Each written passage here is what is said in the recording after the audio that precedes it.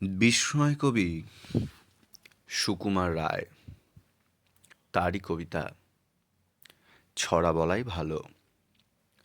পড়ার হিসাব।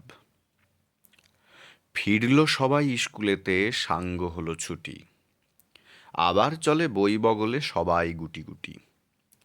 পড়ার পরে কার কি রকম মনটি ছিল এবার, সময় এলো এখন তারই হিসেবখানা দেবার। কেউ পড়েছেন পড়ার পুঁথি, কেউ পড়েছেন গল্প, কেউ পড়েছেন হদ্দ মতন, কেউ পড়েছেন অল্প।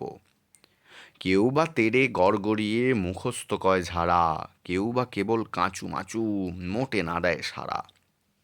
গুরু মশাই এসেই ক্লাসে বলেন, ওরে গদাই, এবার কিছু পড়লি নাকি খেলতি কেবল সদাই? গদায় ভয়ে চোখ পাকিয়ে ঘাবড়ে গিয়ে শেষে বললে, এবার পড়ার ঠেলা বেজায় সর্বনেশে। মামার বাড়ি যেমনি যাওয়া অমনি গাছে চড়া, এক্কেবারে অমনি ধপাস পড়ার মতো পড়া।